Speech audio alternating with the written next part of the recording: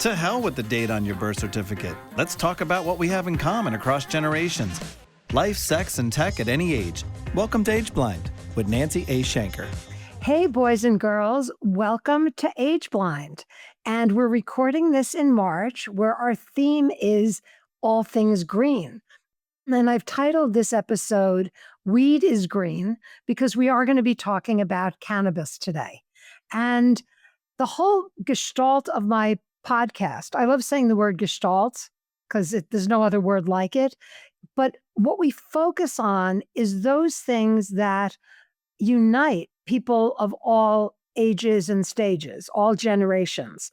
I'm really tired of seeing charts and graphs that say Gen Z does this, Gen X does that, boomers do this, because I'm a boomer and a lot of the things I do fall into the Gen Alpha or Gen Z category. So we have two age-diverse guests today because cannabis is one of those things that does span all generations. And there is medical research that shows that it's actually very effective in reducing symptoms of some childhood diseases. There's an incredible amount of research going on in Israel about the medical benefits of cannabis. So for those of you who are listening or watching and have an image of people who use cannabis as being tie-dyed stoners, we're about to completely blow up that image that you might have. So Stu, why don't you introduce yourself to our audience, give a little bit about your background and how you got into the cannabis industry. My pleasure. First of all, thanks, Nancy, for having me on today. I love talking about cannabis. So I am a public relations professional. I have my own agency whose concentration for about the last 12 years or so has been in the cannabis space, representing retailers, brands, processors, which we can explain to your audience as we get more into the conversation what those different categories are. I entered the career quite a while ago after graduating from Boston University's College of Communications with a degree in PR. My first job was at Columbia Pictures in the publicity department, started as a secretary and ended up as the number 2 in charge and moved from there to go work for Dino De Laurentiis, an old school producer who was launching his own studio, and they were shooting primarily in Wilmington, North Carolina. So I did a lot of shuttling back and forth. You said 12 years in the cannabis space, but have you always been a cannabis consumer? I've been a cannabis consumer 53 years now. Wow. Okay, Ashley, your turn. I am a certified sexologist, sex and relationship coach, and sex and cannabis expert. I wrote the book, The CBD Solution Sex, which was published in conjunction with Mary Jane in 2020. I started writing for Leafly back in 2016, and I have published over 200 articles around sex and cannabis. And I just love spreading awareness. As a sexuality educator, I came up in a very sexual violence prevention education lane, which was very anti-combining substances and sex. And what I found with cannabis is there's a lot of room for nuance and a lot of room for healing when it's used intentionally and deliberately to increase pleasure and decrease discomfort. And so I educate, I coach, I write, I speak at conferences. I've been consuming cannabis since I was in grad school studying philosophy because you really can't study Kant without weed, is my ever so humble opinion. So I started in my early 20s. And then when I moved to California in 2013, having access to medical cannabis for the first time, I was just amazed at the positive ways it was impacting my life and also my sex life. And so I wanted to spread the good news about cannabis. Excellent. And I have been a user since maybe junior, senior in high school.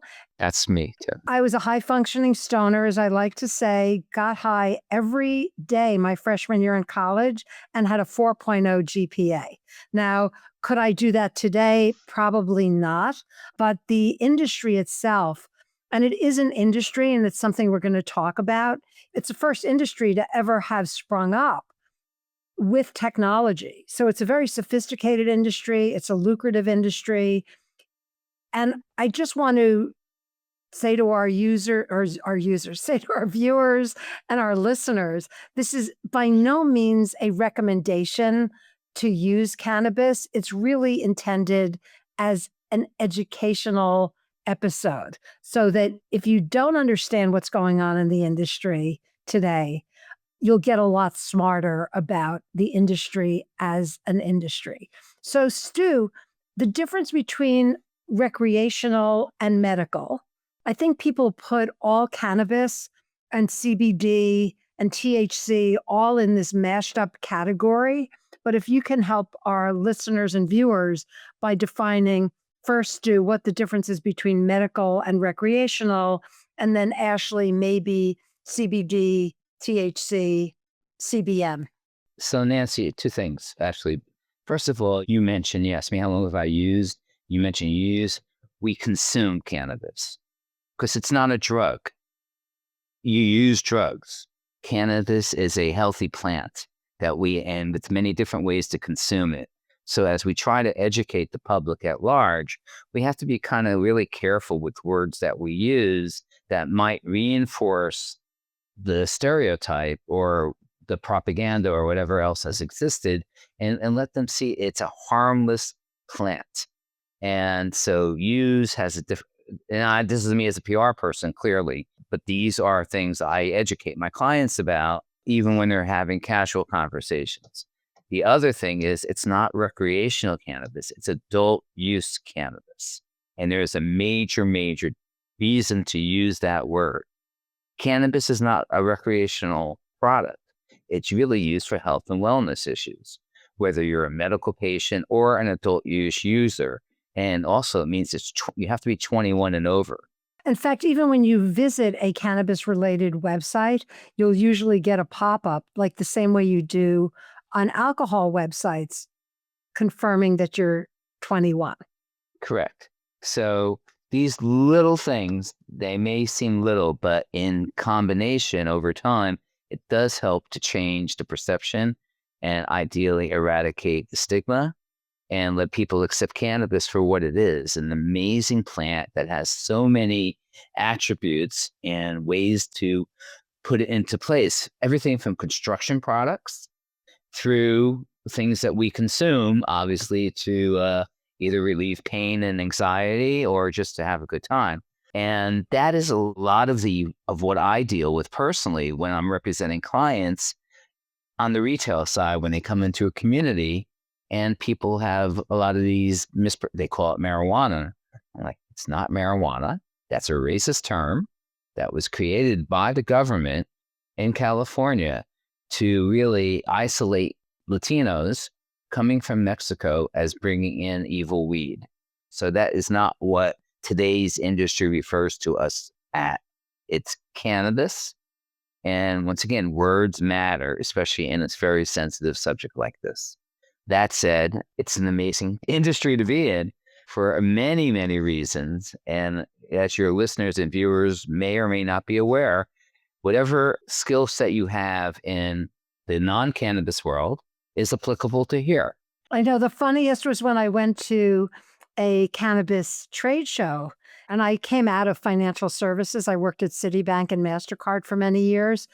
I ran into so many people who I knew from the financial services industry who were developing financial and payment solutions for the industry. Because since it's not federally approved, it's regulated state by state, there are all kinds of banking nuances that have changed over the years. So Ashley, you can walk down the aisle now in CVS and see products that contain CBD.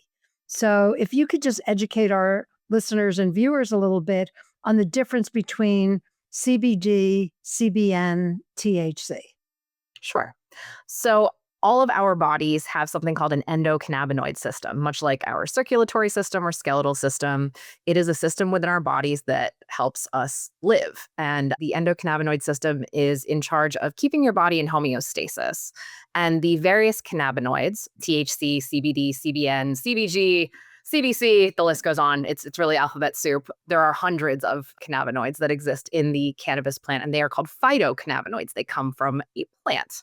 Our body also produces endocannabinoids, endogenous, meaning inside of us, including anandamide and 2-AG. And so The cannabis plant produces these cannabinoids that work with our body's endocannabinoid system to bring us into homeostasis. So they regulate temperature, appetite, sleep, inflammation, all of these different things. And THC specifically binds to our CB1 and CB2 receptors throughout our bodies.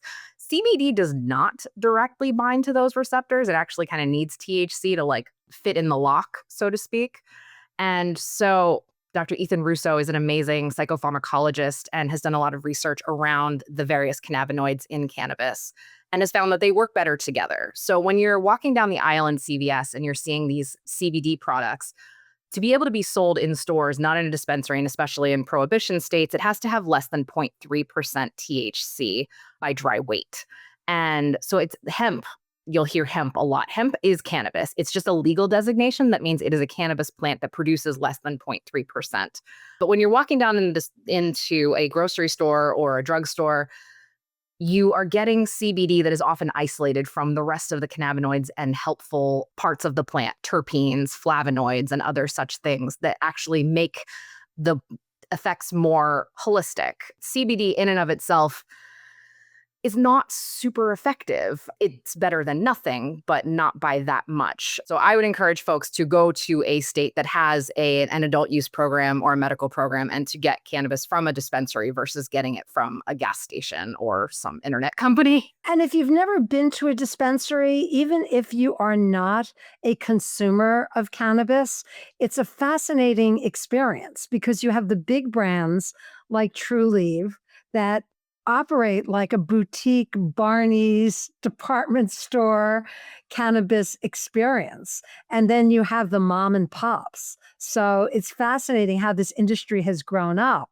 And the first time I visited a dispensary, it was a little freaky. I'd never been to one before. I went with somebody who was my Sherpa, which is always helpful if you have a friend take you. What state was that in? It was in Colorado when Colorado first legalized cannabis. Okay. So back then, it was very segregated. There were green crosses on some stores and red crosses on others. And now that's all come together so that you could go to a dispensary that has both medical professionals and what are called bud tenders that actually sell you the product and can advise you on what might be right for you. So, Ashley, I'm fascinated by your work combining sex and cannabis. We've actually done a couple of shows about sex toys and ED and penis power. So, why have you chosen to combine those two things, which are both kind of taboo-y topics, which is why they're, of course, on my podcast? Well, I mean, I live for the taboo. It's fun for me because I have no shame and no filter. And I think we need that in today's society. And so I'm like the Lorax for vulvas. I speak for the vulvas, and most people with vulvas will experience pain with penetration in their lives, and cannabis can be really helpful with that. I myself experienced pain with penetration for most of my adult life from early childhood sexual trauma. Some people experience it as they're navigating perimenopause and menopause, and some people have surgeries, birth, all sorts of reasons that it might hurt to have sex. And cannabis suppositories, cannabis topicals can be an incredible tool in your toolkit, in addition to things like pelvic floor physical therapy and mindfulness and lubrication and all of those things all work in concert together. But having cannabis as a tool is very valuable. And so it's not necessarily just about getting high and having sex. That's a great option for those who choose it. But it's, for me, something that has allowed me to have pleasurable, pain-free penetration. And that's something that I think everyone deserves to have access to. Very cool. So back to you for a minute, Stu. You and I are fairly close in age. So we grew up in that era when cannabis came only as flower with lots of seeds in it. And there was a whole ritual around cleaning out the seeds and rolling joints and then being afraid you were going to get busted if you got caught with a joint in your possession. And that whole world has changed. But I do meet people who are our contemporaries who say things like, Oh, I used to do it, but then I had this episode where I got really high and really paranoid, and I thought I was having a seizure or my brain was going to explode. And now I never want to do it again. So obviously, our role in this podcast is not to corrupt people who say that they don't ever want to do it again. But how has the industry changed and evolved? Well, let's just start with that talking point you referenced. One way we've changed is in the strength of the product itself. Now, when you and I were in high school in the 70s, cannabis was not anywhere near as strong as it is now. To your point, stems and sticks that we don't need. Acapulco Gold is really good weed. That was some slogan we had because Acapulco Gold was really great weed then. And it's probably maybe under 10% for all we know. But then it was tasty and colorful and didn't have sticks and stems. But I had many double albums in my record collection that if I had no weed, I would go through them, and sure enough, because that's what you use to clean it, right? You would use one, you get rid of the stems and the seeds and throw them out, and you'd be left with the flower. And there were options we had options of high sticks. There was hash oil, which is essentially concentrate that is on the market today. And there was hash, all of which, who knows? I mean, I don't have anything from back then, so I can't imagine how it would compare on a testing level to what is sold in the marketplace now. But when someone says something like that, the reason, and you reference bud tenders. So if you purchase legal cannabis and you go to a store, the bud tender is essentially a multifaceted person.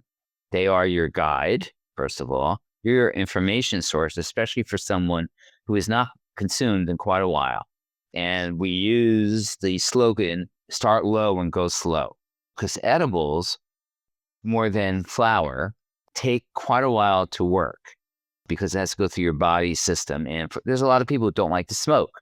And that's where the bud tender comes into play. They'll say, all right, so 10 milligram gummy.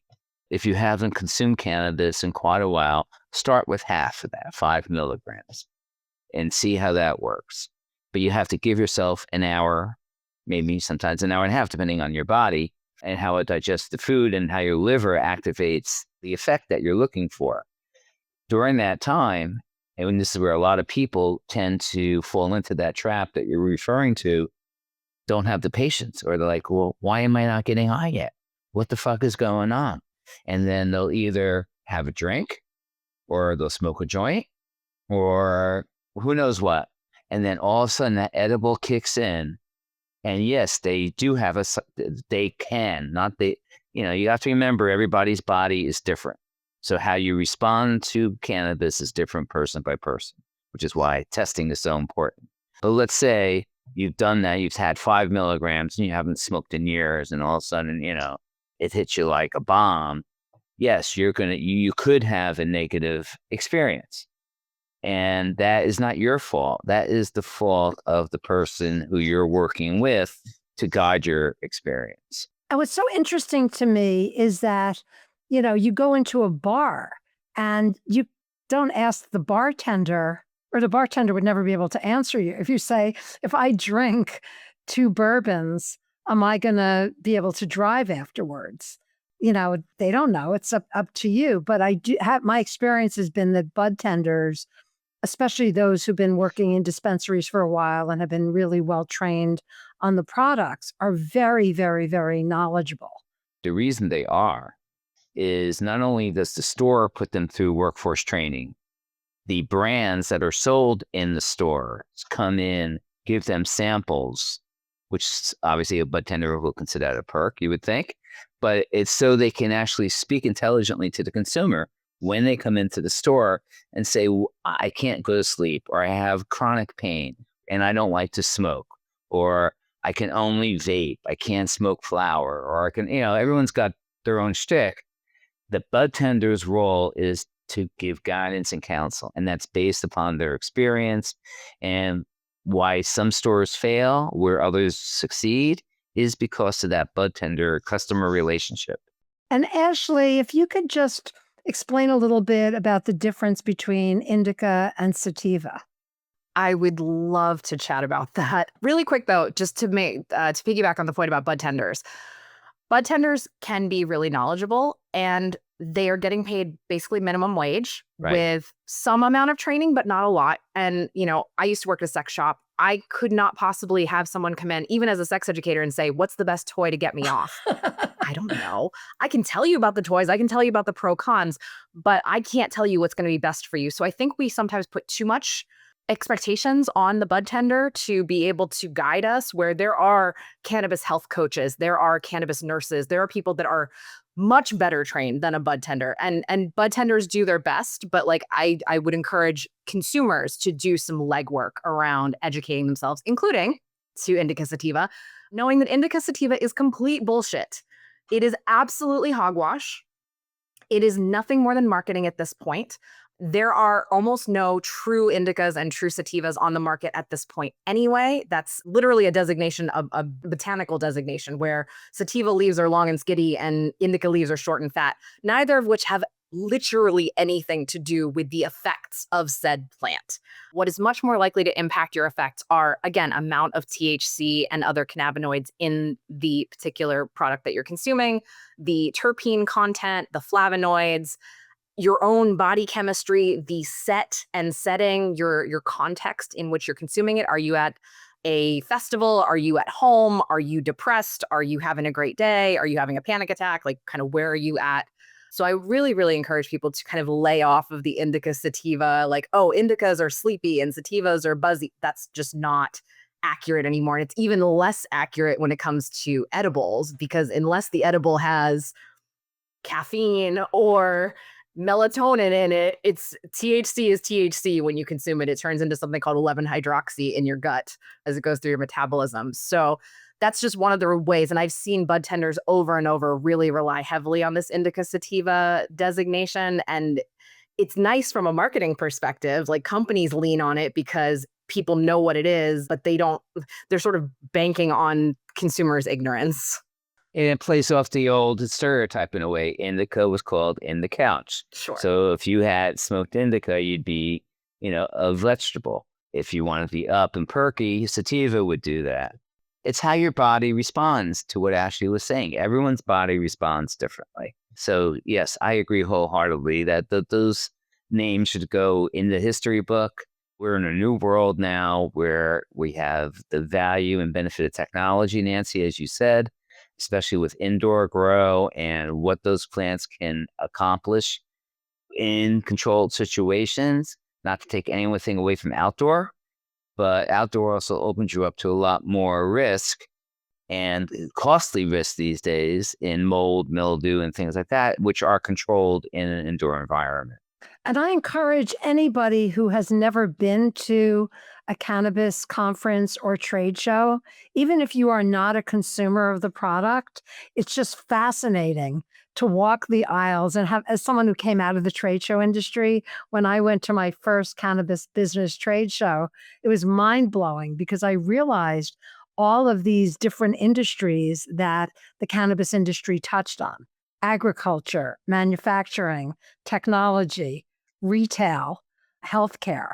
So it's such a multifaceted industry, in many ways way more complex than something like the liquor industry. And I don't mean to draw a parallel between the two, because as you pointed out, Stu, early on, cannabis is a plant-based substance. It is not a manufactured. I mean, it does go through a manufacturing process, but it's not the same as drinking a fifth of booze. 100%. And on the same level, and kind of playing off what Ashley was saying, a lot of the misperception out there is THC levels. And I'm going to buy that 45% pre-roll that's infused with, hash or... Pre-roll, by the way, is cannabis that has already been rolled into a smokable form. I feel like I'm Miss Nancy of Romper Room explaining cannabis, but some of our listeners and viewers may be those people who got high when they were 21 years old, had a weird experience, and haven't touched it since. To that point, the industry has really focused on the high level THC. And only in the last couple of years has the research shown that what really works is the combination of effects, whether it's CBD and THC. Terpenes play a very important role and don't get any of the spotlight.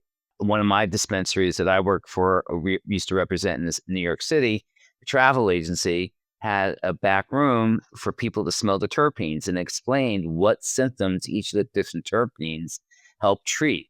People had no idea. And then they'd smell those jars and be like, whoa, but that doesn't alone, it's the combination of things. What is that effect called? Entourage effect. Entourage effect, thank you. That's really what is, I mean, yes, the classic, the old school stoners, yeah, they're gonna want to, they'll be buying the 45 plus. But if you're a person who hasn't consumed forever, they'll be on the floor. You'll fucking have to pick them up, take them home, because they won't, it is very potent. It is very potent and frankly unnecessary, even for the most seasoned stoners. I, came from California cannabis industry, and some of the old heads are like, it's too strong for me these days, because THC has something called a biphasic effect. It has opposite effects at high and low doses. And so that threshold is different for everyone, whatever a low dose is for your body. And once you cross it, you go from euphoric, happy, hungry, social to paranoid, nauseous, dizzy, having a real bad time. And so because unfortunately consumers are really uneducated and they think, like alcohol, that, a higher percentage is going to be like better, more bang for your buck. I've heard budtenders say that so many times. It's really not that at all. And for sex, especially 10 to 15% THC is plenty. And to your point earlier, Nancy, about like everyone should go to a cannabis trade show, I think everyone should go to a cannabis grow. Everyone should see this plant grown. Coming from California, we would always say, know your grower. Those mom and pop legacy growers who have been growing for 30 plus years, who lived through prohibition and had raids and all of those things, they know the plant. They love the plant. They have a reverence for the plant that some of these like new multi-state operators with, a bunch of corporate investors just don't have that same appreciation. They saw the green rush and they wanted to capitalize on it and like, whatever, make your money, boo-boo. But like, if you want to really have an appreciation for the plant, you need to go see it grown. You need to see the love that these growers put into their plants and touch it and smell it and watch the process from seed to harvest to curing and all of that. It's one of the most beautiful sights in the world, I have to tell you. It is. Brings tears to my eyes. How many states are now legal? Is it 37. Wow. Okay. So that's medical and or adult use. Okay. And do you think, and like obviously this is just opinion, conjecture, do you think that now that the train has left the station, as it were, the green train has left the station, do you think there will be a crackdown, especially with a new administration? Texas just introduced a bill today and voted on it to criminalize THC in all forms in the state. So yes, I think that regressive policies are absolutely on the horizon in some states. In some states, but the only thing I will give him credit for, he does respect states' rights. Yeah. And he has said cannabis in his mind is really a states' rights issue, not a federal issue. And with the amount of revenue that we're generating in New York broke $1 billion last year. New Jersey broke $1 billion last year. There's so much of a market out there that the states, because they get a percentage of the tax revenue, which goes towards building new schools and hiring more cops and more firemen and all kinds of public service stuff, would suffer significantly because they budget for that revenue in the state budget every year now. Well, that's why I really wanted to do this episode also as a way of educating people, because there are other things out there that are way more dangerous to the human body than cannabis, at least in my opinion. Again, this is purely an opinion, but I think, drinking a 16-ounce Slurpee every day will kill you way faster than cannabis will. Well, it also doesn't have the other benefits that cannabis provides. Not just about getting high, as I think we were saying. It's really about improving your lifestyle. And rather than taking opiates for pain, you can use cannabis. You have anxiety, you don't have to do Xanax or other things. Or sleep quality. As a postmenopausal woman, the only thing that will enable me to sleep through the night is something with cannabis in it. And our generation, that's why our generation actually is the largest consuming group in the business. Yeah. And again, it hasn't been studied enough. I've been reading a little bit lately that kids who start consuming cannabis at an early age and they do it all the time, potentially it can have a negative effect, but so can anything if done to excess. Or once again, as I said, I started at 15. I had a pretty good career. And trust me, I consumed cannabis on a daily basis all this time.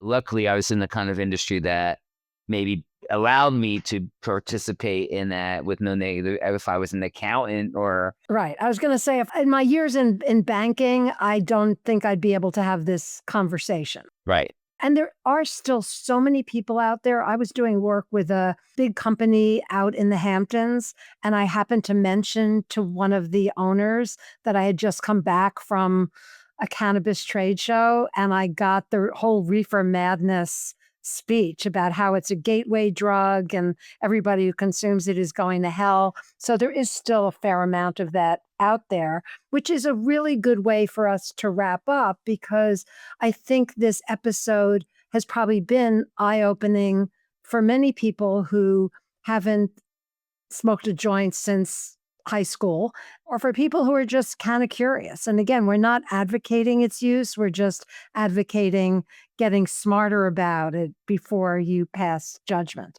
So, Ashley, I think the work that you do is so interesting, and I might want to have you on again this summer, purely in your sexologist capacity, because people love hearing my sex stuff on my podcast. So I would be delighted. all right. And how could people find you, learn more about what you do, buy your book? Yeah, my book is available on Amazon, The CBD Solution Sex. You can find out all about me on my website, which is ashleymanta.com, Manta like Santa. You can also check out my online courses at elevatedintimacy.com. I am a sex and relationship coach. I work primarily with women and couples, all via Zoom. So you can be anywhere in the world. I've had clients in Jerusalem, in Texas, in all over the place. So I would love to chat with you, work with you. And please get in touch. All right, cool. And Stu, speaking of Israel and things related to the tribe, you were just mentioning a group that you became involved with. That's fascinating to me. Yes. So we created this group called Jews and Weed, in which it was a weekly Friday Shabbat call at 4:20. It started in the New York area, and then word grew and it became national and international. We had plenty of people from Israel calling in. And in addition to having that on a monthly basis, we now do events. In fact, last week, we did a Jews and Weed porn party in Manhattan. People came in costumes. We had Hamantashen. It was really, really cool. I'd say about 150 to 200 people were there. And then this Friday in Boston, there's another trade show, NECAN, and we're doing a bagel brunch, which we already have 80 people signed up. And we know between now and Friday morning, we'll have a lot more. We did it at MJ Biz. This first time was in 2023. We had over 200, and this past one, 300 plus. And it's a bonding tool the way cannabis is a bonding tool. Exactly. I was just going to say that it's really also about community building. And like any other fan base, it's people who are cannabis friendly who do talk among themselves and learn things from each other the same way we would if we were a quilting group or a baking group. Whatever our interests are, it's something that does bring people together, which is very interesting. So how can people reach you, Stu? My website is bridgestrategic.com. I'm on LinkedIn. I am on Instagram at Stu Zakum. And, you can trust me, you can find me. Excellent. Well, thank you both for guesting today. You could find other episodes of Age Blind on YouTube, on Spotify, on Apple, wherever you happen to get your podcasts. And if you're interested in being a guest on an upcoming show, we're now booking for the summer. So it's an abundance of riches. Everybody, now that we've taken off, everybody wants to be a guest, which is pretty cool. Just email me at nancyashenker@gmail.com. And there's a very simple form to fill out. And as I said, we're booking for the summer. We have different themes every season. This season, as I said, is the season of green, but we will be rebroadcasting this on 420. So, Ashley, do you happen to know what the origin of the term 420 is? Because I get asked all the time. There are some different there's debate amongst cannabis consumers. One is that people used to meet at 420. One is that 420 was the police designation for cannabis. I have the answer for you. Please, Stu. So my friend Steve Bloom, who's a writer, reporter, was working at High Times, and he came across this group of people who went to college in the West Coast at Stanford. And they were the ones who created the 420. He wrote about it. He's actually credited with discovering it. So it started a couple of guys at Stanford who got together at 420, got high, word got around. On April 20th or at 4:20 p.m.? 4:20 p.m. And then clearly the morphing was made to April 20th, just like there's a 7/10 holiday, which celebrates concentrates and other ways to consume. So the industry is about celebrating and educating. And I'm glad we had this opportunity to discuss what we have. And I hope your audience walks away with a different understanding of what they thought cannabis was about. And if they do have questions, reach out. I'm here. Awesome. So thank you both. Thank you to all our listeners and viewers. And above all, be age blind. Peace out. Yes.